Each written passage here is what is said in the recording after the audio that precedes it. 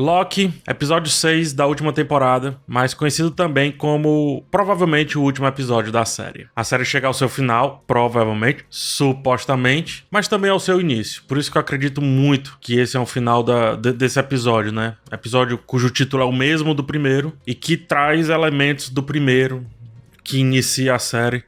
E que traz elementos, na verdade, da história do Loki como um todo. Mas enfim, vamos lá com calma. Vou fazer aqui análise imagem por imagem, trazer aqui os assuntos que foram trabalhados e conversar um pouco mais com vocês sobre essa finale aí, né? Essa temporada final, esse episódio final de Loki. Antes, por favor, se inscreve no canal e, por favor, também deixa aquele like. Rapidinho também, antes da gente ir, eu vou falar mais ao final, mas muito obrigado por ficar aqui, tá?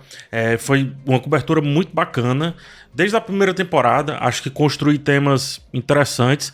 Essa segunda temporada teve essa abordagem diferente. Mesmo assim, eu consegui trazer uma certa profundidade, não ficar apenas aqui nas imagens. E espero que vocês tenham gostado. E por isso também espero os comentários de vocês, né, nessa despedida que a gente dá agora dessa série. Que se tiver terceira temporada, beleza, a gente reinicia, mas dificilmente terá, até por questões contratuais e porque o Kevin Feige já falou que não haverá. Vamos lá agora falar de Loki, sexto episódio, segunda temporada, com imagens na tela.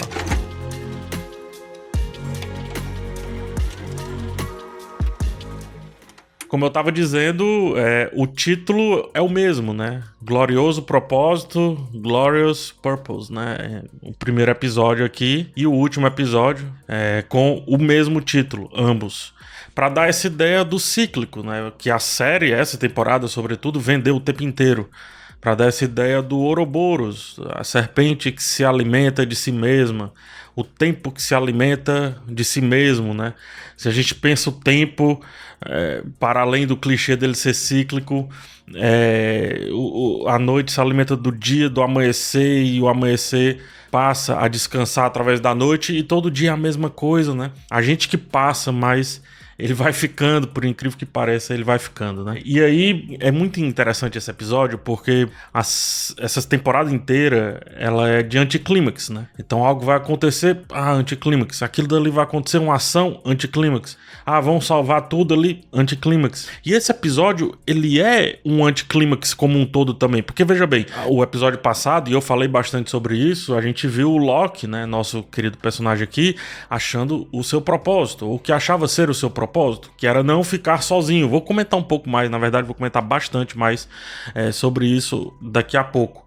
Mas ele tinha achado o propósito errado, né? Ele havia achado um propósito e isso o fez achar o verdadeiro, o melhor deles, né? O mais essencial, que daqui a pouco a gente conversa. Então ele queria salvar a AVT, queria salvar a linha sagrada, mas não é bem isso, porque isso é situacional, né? Não é isso que se pede de um Deus. Não é um propósito mundano, não é uma vida comum que se pede a um Deus. E aí o Loki começa a repetir a realidade várias e várias vezes, né? O que nos traz a reflexão.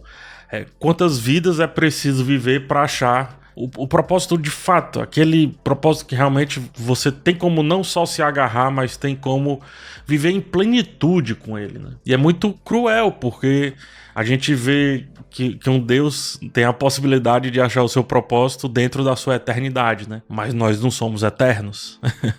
Então é muito...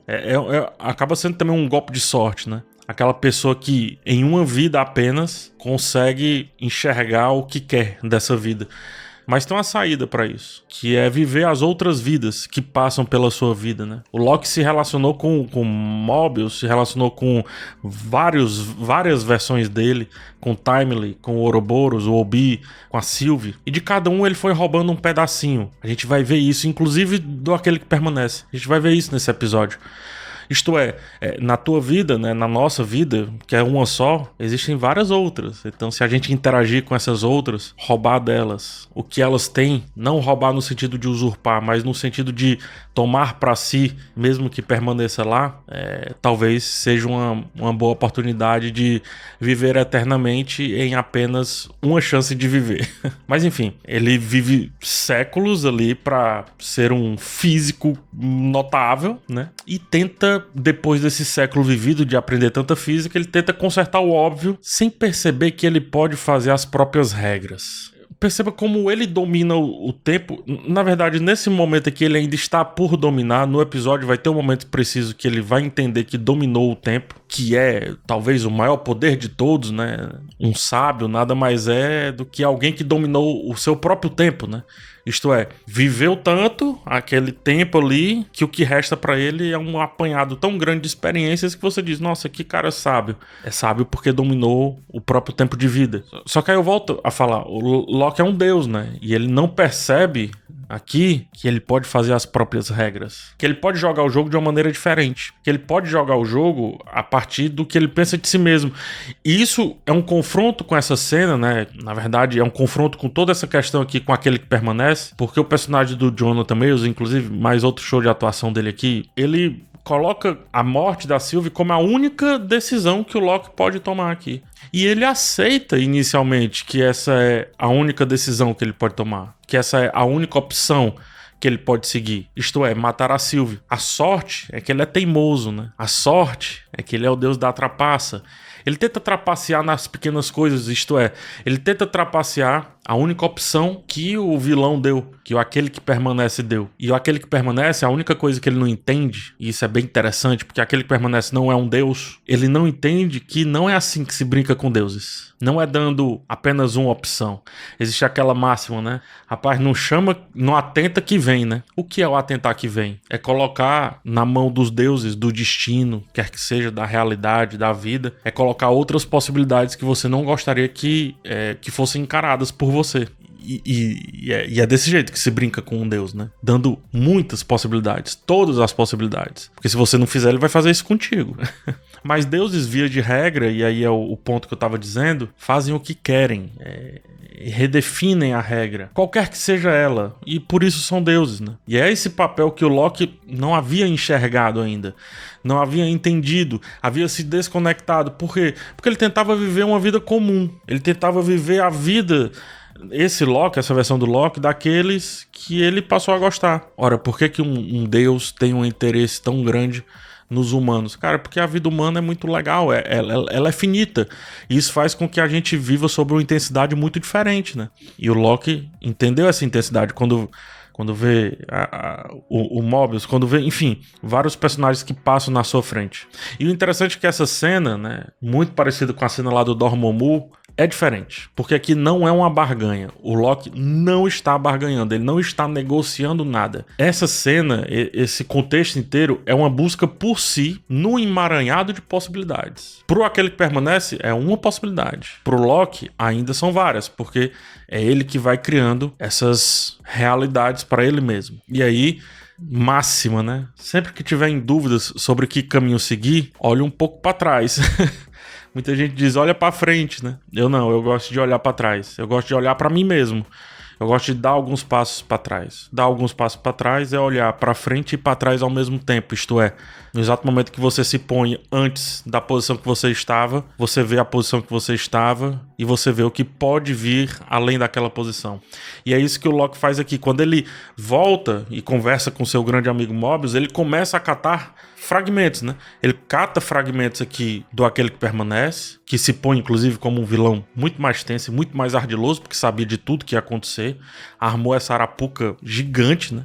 Mas ele vai captando também do Mobius mais à frente da Sylvie, né? O Mobius ele fala, ó, não existe conforto. O que o Loki estava querendo era uma saída para não matar a Sylvie. E sem dizer, né, sem saber disso, o que o Mobius fala é que, cara, opção é opção, decisão é decisão. Não existe decisão confortável, né? Você só escolhe o fardo que tem a tomar. É como se a vida fosse um eterno jogo de perdas, e de fato é, porque quando você escolhe algo, você tá perdendo outro algo. Se você tem duas opções, você tá perdendo a outra opção. Se você tá entre chocolate ou, sei lá, sorvete de flocos, se você escolher chocolate, você tá perdendo o sorvete de flocos. Ah, mas dá pra ter os dois. Mas você tá perdendo outra coisa, saúde, quer que seja. Né? Você tá perdendo o gosto essencial do chocolate ou só do flocos. Você tá querendo juntar duas coisas. E aqui tem outra reflexão, porque o Loki começa a perceber que há outra possibilidade. E a outra possibilidade é ele mesmo, né? Não é necessariamente matar a Sylvie. mas é se retirar da equação. Ele decide, sim, aqui matar a Sylvie, é bom que se diga, aqui ele tá decidido, mas é muito difícil não pensar que ele não cogitou também se sacrificar desde já, desde aqui. Porque, vamos analisar isso aqui, você só escolhe o seu fardo. Mas existe o fardo mais leve de todos que a gente pode carregar, que é a gente mesmo, né? Até para os cristãos, né? Nós nascemos como um fardo, pois somos pecadores desde já. Eu não tô desdenhando disso, desculpa a risada, não é desdém. É porque em todas as... Aí vem Joseph Campbell, né? Em todas as mitologias tem um lance de que esse nascer já tem um fardo em si. Então nós, né? Nossas dores, ansiedades, traumas, vivências, experiências, etc. já é um fardo. Então se você escolher a si mesmo, se você escolher se colocar nessa jornada, esse é o fardo mais leve de todos, porque qualquer outro fardo que você escolha, qualquer outro peso é um peso adicional ao peso que você já tem, que você já é. Qualquer outro fardo é adicionar peso a si. Por isso que ele diz aqui o obrigado Morbius, né? E o Morbius, aqui, né, e desde já começa essa reflexão, é uma despedida, né? É uma das últimas interações deles, né? Direta, talvez a última. Lá na frente o Morbius fala assim: é muito ruim sem o Loki aqui, né? Ou a Sylvie fala, enfim. Um dos dois concorda. Quem fala, o outro concorda. E realmente vai ser ruim não ter o Loki diretamente nas tramas também. Vai ser ruim não ter esse cara, né? Não ter esse histórico nas tramas aqui da Marvel. Porque é um desfecho do personagem como a gente conheceu. Ele tá saindo dessa história, se encontrando e saindo dessa história, e tá levando consigo aí um legado que ele deixou ao longo desse caminho que fez no UCM, né? E é interessante como conversas que não necessariamente respondem questões diretamente, ainda assim respondem às questões mais difíceis, né? Na conversa seguinte com a Sylvie, ele fala, estamos fora do tempo. Isto é, estamos num tempo só nosso, um tempo só deles. E aqui foi quando ele fala que finalmente aprendeu a controlar o tal do deslize temporal. Ou seja, aprendeu a controlar um problema que ele tinha, né? Esse problema de ficar pulando entre as realidades. Aprendeu a controlar, entre aspas, uma doença, uma condição, uma característica. Em vez de lutar contra isso, repelir, jogar fora, aceitou. E ao aprender a controlar o deslize temporal como um todo, ele entende que agora terá que tomar decisões muito drásticas, porque ele pode salvar, ele pode salvar o aquele que permanece, ele pode voltar, matar a Sylvie, salvar o aquele que permanece e assim salvar a linha sagrada, a única linha da AVT. Isso aqui é uma alegoria bem interessante, quando ele aprende a controlar o deslize temporal, porque ele aprendeu a controlar o próprio tempo, a própria existência. Quando a gente aprende a enxergar a vida de uma forma diferente, né, de uma forma mais próxima daquela que vai ser a nossa alucinação, isto é, o nosso modo de se ver plenamente, é caixa de Pandora, né, cara? O que foi visto não dá pra ser desvisto, não dá pra se desver. Por isso que agora ele não pertence a mais nada, por isso que ele tá fora do tempo. E aí ela já chega à conclusão, então você vai ter que me matar, porque ela sabe, né? Ela teve lá com aquele que permanece. Só que ela não vai dar aprovação pra isso. Porque da mesma forma que o Loki não quer se sacrificar, poxa, ela também tá gostando daquela realidade, cara. Ela descobriu lá no danado do McDonald's o propósito dela, pô. Eu vou criticar? Eu não vou criticar. Tu vai criticar? Não faça isso. Não seja esse tipo de pessoa. Então ela curte aquilo dali, ela curte aquela humanidade. Eu tenho a impressão que o desejo dos deuses, por gostar tanto da gente, é que eles queriam mesmo era ser humanos. O tempo inteiro eles queriam ser humanos. Não à toa mandam até representantes pra nossa existência. Porque deve ser chato demais ser Deus. Ficar vivendo o além, o eterno, o sempre. O trono, a gente vai ver isso nesse episódio. Deve ser chato demais, então o que é menos chato é a finitude do ser, a finitude do ser humano. Por isso que ela gosta, cara, do McDonald's, porque é banal. Eu já falei sobre isso no último episódio. Aí ela fala, então você vai ter que matar, mas eu não vou dar esse aval, não. Aí não. E depois ela vem com o balde d'água fria que tira totalmente o Loki da condição de sacrificar o alheio e de começar a pensar a se sacrificar. Não isso, né, que ele vai fazer, matá-la, quer que seja, não é o bastante para proteger a linha do tempo sagrada, porque lá nessa linha do tempo, a única que existe, também tá cheia de morte, cheia de destruição, cheia de gente errada, cheia de vilão, cheia de herói, cheia de coisas boas também. Só que o Loki só tá vendo o próprio lado, porque ainda há um certo egoísmo Lembrando, é o Deus da trapaça, do egoísmo, enfim, da travessura e etc. Você quer mesmo ser o Deus que tira o livre-arbítrio de todo mundo? E quem é você para dizer que não podemos morrer tentando? Isso aqui é espetacular. Porque viver automaticamente é morrer, né? No exato momento que você nasce, você só morre, né? Todo mundo morre. Então, existem duas maneiras de fazer esse negócio aí. Uma delas é tentando e outra é só morrendo, né? E ter várias linhas, do ponto de vista aqui da Sylvie, se a gente entender bem, ter várias linhas, então, se ela diz que naquela linha do tempo sagrado é cheio de morte, de destruição, mas também de coisas boas, ter várias linhas é ter mais chance de ter mais gente, de ter mais morte, é fato. De ter mais destruição, é fato, mas também de ter mais coisas boas, de ter mais oportunidades de livre-arbítrio. Se o livre-arbítrio é o poder de escolher entre lá e cá, entre isso, aquilo e aquilo outro, e se o multiverso é a versão minha que não escolheu aquilo ou aquilo outro, portanto, quanto mais linhas, mais livre-arbítrio eu tive. Perceba por quê? Entre o PH que escolheu chocolate ou flocos, se eu escolher chocolate, existe o PH que escolheu flocos. Tá lá na outra linha do multiverso, né? Se houvesse só uma linha sagrada, aquele PH morreria. Mas como há várias linhas, desse ponto de vista, desse contexto aqui, então os dois PHs existem, o que escolheu as duas coisas, uma ou outra coisa, e também as duas coisas. Portanto, há um livre-arbítrio pleno, porque nenhuma versão nossa, quer que seja, irá ser excluída. E esse é o ouro de se pensar como a Sylvie pensa, né? E nesse lance do que eu estava falando do Tudo Morre, eu trouxe aqui um trecho do Meditações do Marco Aurélio, que é a base do estoicismo, né? É um episódio super estoico esse, inclusive. E ele fala assim, ó, que o que tem maior longevidade e aquele que vai morrer logo perderão exatamente a mesma coisa. Porque o presente é a única coisa de que um homem pode ser privado, um homem no sentido de pessoa. Uma pessoa pode ser privada. Se é verdade que isto é a única coisa. E eu discordo dessa frase com muita veemência. Eu vou trazer duas frases, uma que eu discordo e uma que eu concordo aqui do Marco Aurélio. Eu discordo dessa frase porque quando fala aqui, ó, o que tem a maior longevidade, ou seja, o que tem 85 anos, e aquele que morre com 20, perde exatamente a mesma coisa, não perde. E é isso que tem que se entender. Não perde porque o que morreu com 85 viveu uma série de experiências muito maiores do que o que morreu com 20. Mas é preciso viver essas experiências. Então, perde a mesma coisa aquele que não vive. E eu não digo nem intensamente, eu acho isso balela. Mas que não vive prestando atenção na própria vida. Que é o que o Locke fazia antes. Que é o que, por isso a gente não pode contestar a Sylvie de não querer morrer nas mãos do Locke. Porque ela quer viver aquela experiência mundana. E aí a frase seguinte eu acho que é perfeita.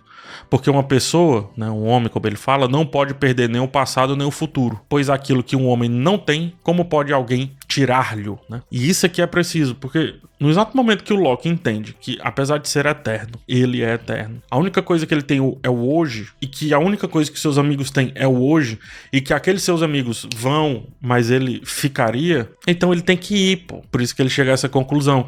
E se houver esperança de poder substituir essa coisa, né? Essa variante, por uma outra melhor, ou seja, ele mesmo. E aí mais à frente ele arremata, eu sei o que eu quero, sei que tipo de Deus eu quero ser, eu preciso ser, eu quero ser não, eu preciso ser pra vocês. O Locke não queria, ele falou no episódio passado, ele não queria estar sozinho. É quando ele entende que aqui nesse ponto específico, para ele não ficar só, ele não pode perder todos que ele tem. E o sacrifício de Locke, portanto, é a maneira de fazer os amigos permanecerem. Ele permanecerá de outra maneira, mas para ele uma maneira existencial, uma maneira que ainda está lá, e de saber que segura em suas mãos todas as possibilidades das vidas dos seus amigos é muito mais do que o suficiente de manter uma linha só e tentar segurar os seus amigos nela. Por isso que ele fica nu na sua essência.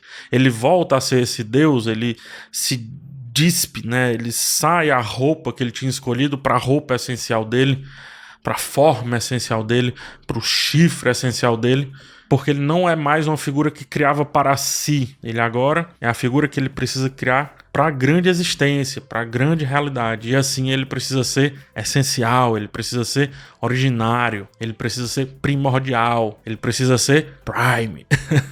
Locke Prime aí, né? O Vingador Prime, enfim. São outros pontos aí. E aí ele assume a sua forma de Deus, né? E essa forma de Deus dele aqui, né? Com os chifres bem grandes e tudo, lembra uma forma do Loki no quadrinho Agents of Asgard, Agente de Asgard, enfim, né, que é o King Loki. É uma versão alternativa do personagem do Loki, que a gente vê no geral dos quadrinhos ali da Marvel, e que aparece na série de quadrinhos aí que eu falei, que é essa Agents of Asgard, e é um Loki notavelmente mais diferente, bem mais incomum do universo cinematográfico da Marvel, dos outros quadrinhos e tudo mais, porque ele é mais velho, mais malicioso. Tá aqui, ó, tem essa contraparte dele mais jovem, né? Essa contraparte dele mais jovem aqui, e aqui a contraparte dele mais velho e tudo, né? Esse quadrinho é do Al Ewing.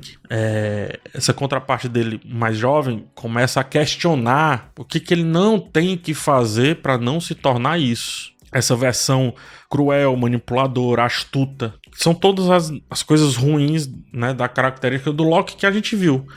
Então o que ele tem que fazer para não se tornar isso? E é legal porque traz esse visual aqui, né, apenas como referência, mas traz a reflexão de que esse Loki decidiu o que esse Loki aqui queria decidir, isto é, o que eu devo fazer para não ser esse treco aqui, para não ser isso aqui. E eu gosto quando assume essa figura, né? Os chifres aqui ficam bem claros, fica bem claro, melhor dizendo. Eu gosto quando assume essa figura porque mostra que, por mais que ele tenha se assumido Deus, ele ainda é vilão. A jornada dele, do nosso ponto de vista de imagem, quando a gente olha o MCU como um todo, ele ainda é vilão. O maior do MCU, inclusive. E também é rei, né? Agora o rei do tempo. É o King Loki do tempo. Por isso que a imagem aqui converte perfeitamente. Aqui é a imagem vista por trás, né? E aí vem pra mim um momento áureo do episódio. Ele começa a pegar a existência dos seus amigos, a linha do tempo dos humanos, dos comuns, dos réis mortais. Começa a juntar tudo isso, dá aquela última olhada pra trás. Ele começa a fazer todo o enraizamento do universo cinematográfico da Marvel em suas mãos. Até porque bons heróis precisaram de bons vilões. E o Loki, como eu disse, foi o melhor deles. Então isso é uma homenagem ao mesmo tempo que fizeram homenagens ao Homem de Ferro, enfim, a outros personagens. O Loki merecia essa homenagem de ter em suas mãos a possibilidade de ser o cara que agora dá a chance. Perceba que aquele que permanece, que é o vilão dessa história, deu apenas uma possibilidade, deu apenas uma opção. O que a Sylvie fala é que o Loki está dando uma chance. Chance, dentro dela tem várias oportunidades, várias possibilidades, várias opções. Uma chance é genérica, uma chance é uma caixa com muitas opções para você pegar. Mas o que o vilão dessa história estava fazendo é diferente. Era uma oportunidade, era uma possibilidade, era uma opção. Ou seja, Loki aqui se fez herói, é fato. Porque ele estava promovendo chance. E não a oportunidade de morte, enfim, dos antagônicos dele, quer que seja, como a gente viu no começo do universo cinematográfico da Marvel. E é interessante que ele não queria mais um trono. Ele fala nesse episódio. E aí ele recebe o trono. Quando a gente não quer algo, né? E só se deseja o que não tem, é porque a gente passou a ter, cara. Percebe esse pensamento? Quando se tem, não precisa mais desejar aquilo, né? Parece simples esse pensamento, mas não é. O que eu sugiro nessa reflexão é que, reflexão e enfrentamento de como a gente vê a vida, no caso, é que o desejo ele é inerentemente direcionado para o que é ausente, para o que é inatingível naquele momento. Só se deseja, repito, o que não se tem. Uma vez que o desejo, né, o objeto do desejo, melhor dizendo, é obtido, ele deixa de ser desejado, porque se transforma em posse, se transforma em fato, que é o que aconteceu aqui com o Loki, né? Quando ele parou de querer ter o trono, ele o teve. E é esse o ponto. Se a gente antecipar a satisfação, porque o fim do desejo é a satisfação ou a frustração, mas se a gente antecipa a satisfação, acabou essa busca incessante, e aí é porque você já conquistou antes de ter. O que eu proponho é que se uma pessoa conseguir abandonar o desejo por algo, paradoxalmente, isso pode levar, né, essa pessoa aqui a uma forma de posse de algo melhor ainda. Porque quando se deseja, se limita, vira uma obsessão de algo específico e deixa de ganhar várias outras coisas até mais interessantes do que aquilo que você tanto desejava. Então é como se você tivesse o contentamento antes de ter a coisa. Como é que pode, né, cara? Isso é estoicismo puro. No caso dele, o contentamento foi o de manter os amigos vivos, mas não só eles. Todas as versões dos seus amigos, como eu disse. Todas as versões possíveis dos seus amigos. O que escolhe chocolate e o que escolhe flocos. Porque a libertação dos desejos é sim uma forma de realização. Pode ser o trono, não aquele primeiro lá, esse trono, que é muito mais interessante do que aquele primeiro lá. Isso é muito maior do que Asgard, muito maior do que Midgard, muito maior do que Jotunheim. E perceba como a ausência desse desejo não é o conformismo, não é. É entender aquele velho ditado, né? É o que tem pra hoje. Mas entender também que o que se tem pra hoje não necessariamente é o que se tem pra amanhã, pro lado bom e pro lado ruim. E aí é quando você entende que largar desejo, não viver a obsessão do desejo, é exatamente realizar o que esse desejo tanto almeja. E ele simplesmente cria a Yggdrasil. Ele simplesmente é a base, a raiz, a essência da Yggdrasil, né? A Yggdrasil é um elemento central, o elemento talvez mais importante aí da mitologia nórdica. Frequentemente ele se refere como a árvore do mundo, ou a árvore da vida, ou a árvore do cosmos, né? A árvore cósmica, enfim. E ela é esse emaranhado, né? Esse imenso emaranhado que conecta e sustenta os vários mundos, 9 mundos eu acho, né? Os 9 reinos lá. Até falei Jotunheim, Midgard, Asgard e os outros reinos, enfim. E ela vai criando outras possibilidades, porque ela sustenta a vida, né? Ela cria galhos, ramificações, frutos, né? Ela vai se ramificando ali. E o que é que o Loki tá fazendo agora? Tá sendo a água para essa planta, né? Para essa árvore da vida, da realidade. A Yggdrasil é considerada assim o eixo em torno do cosmos nórdico, né? Da mitologia nórdica. É onde os deuses vão para conversar e tomar decisões. Isto é, os deuses estão ao pé de Loki tomando decisões. Então esse trono do Loki é muito maior do que o trono que ele almejava antes, cara. É mais dolorido também. Saindo dessa parte mais filosófica, aqui tem uma referência ao Homem-Formiga, o Quantumania, né? Que é quando ele fala que causou no reino adjacente ali 616, né? Rolou ali uma confusãozinha, só que cuidaram disso. Foi o que aconteceu lá no reino quântico, por isso que é um reino adjacente ao 616, isto é no reino quântico do 616, mas cuidaram disso, que é o que a gente viu lá, o Kang enfrentando lá o Homem-Formiga e perdendo. Aqui a gente vê mais uma vez o Bootstrap funcionando, já falei disso ao longo da temporada, não preciso repetir, só que dessa vez a versão atualizada e essa versão vindo do Loki, né? Porque o Loki virou esse físico que reescreveu a física e deu aí o manual pro Ouroboros, que mais uma vez assina esse manual e que vira esse ciclo sem fim, só que não mais sendo o Timely, não mais sendo aquele que permanece, agora sendo o próprio Loki. Olha que legal isso, né? A Hensley aí, enfim, recebe o fim do mundo na cara dela pra deixar de ser besta. E aí a gente tem os finalmente do Mobius, né? Essa despedida, tá todo mundo com os olhos cheios d'água nesse episódio, né? E aí quando perguntado o que você vai fazer e tal, ele diz, eu vou ficar aqui mais um pouquinho. Vou deixar o tempo passar. Porque é isso que nós comuns temos, né? Os deuses não têm o tempo pra deixar passar. O Loki não tem o tempo pra deixar passar. Ele não tem essa riqueza. O tempo é a única riqueza que todo mundo tem. Todo ser humano tem. Pouco ou muito. E ao mesmo tempo é a única riqueza que a gente menos negocia, né? A gente entrega praticamente de graça. Entrega de graça pro outro, entrega de graça pro além, joga fora o tempo inteiro o tempo.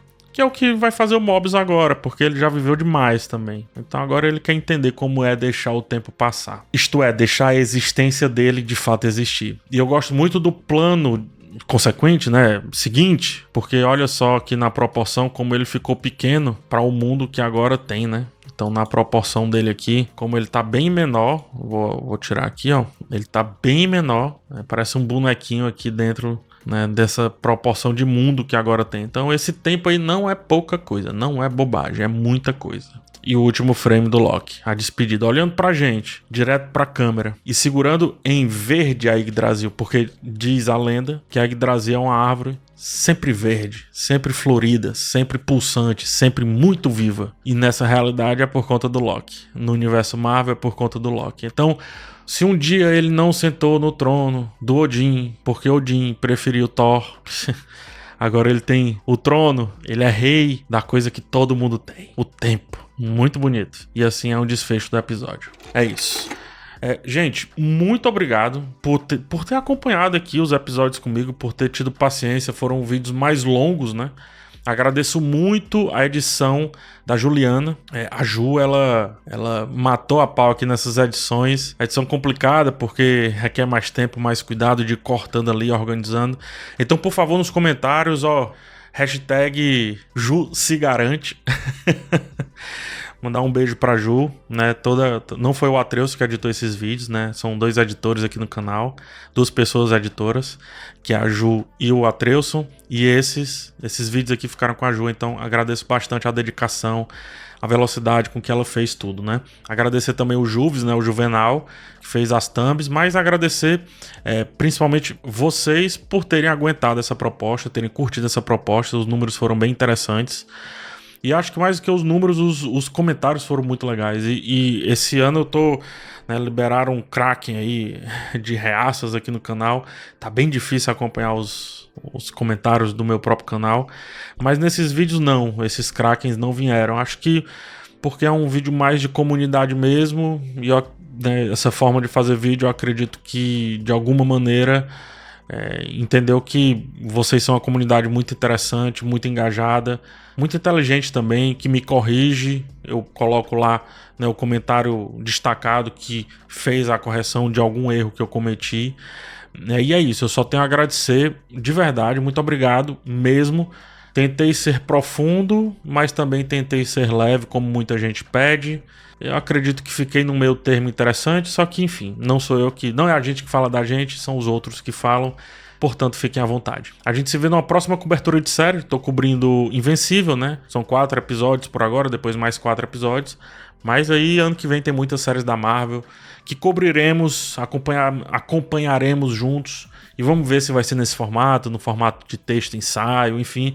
Vamos ver como é que vai ser, tá? Últimos pedidos, se inscreve no canal e também deixa o like e comenta alguma coisa. Comenta aí, hashtag Ju se garante, hashtag Juve, né? O Juvenal, Juve se garante aí, pra gente valorizar essa galera que tá conosco aqui fazendo acontecer junto comigo. Pra vocês terem ideia, é 2 horas da manhã aqui, ó. 2 horas da... deixa eu botar aqui a senha. Ó, 2 horinhas da manhã, acho que não dá pra ver não, né? Dá pra ver mais ou menos. 2 horas da manhã, as gravações foram assim para que na sexta-feira fosse o mais cedo possível para vocês e também para que eu desse conforto para a edição trabalhar o mais cedo possível, né? E não precisar se sacrificar por conta, enfim, por conta de trabalho, etc. Deu certo. Chegamos ao final e é isso. Um forte abraço em vocês. Um grande cheiro, como a gente diz aqui no Ceará. E a gente se vê numa próxima oportunidade. Tchau, tchau.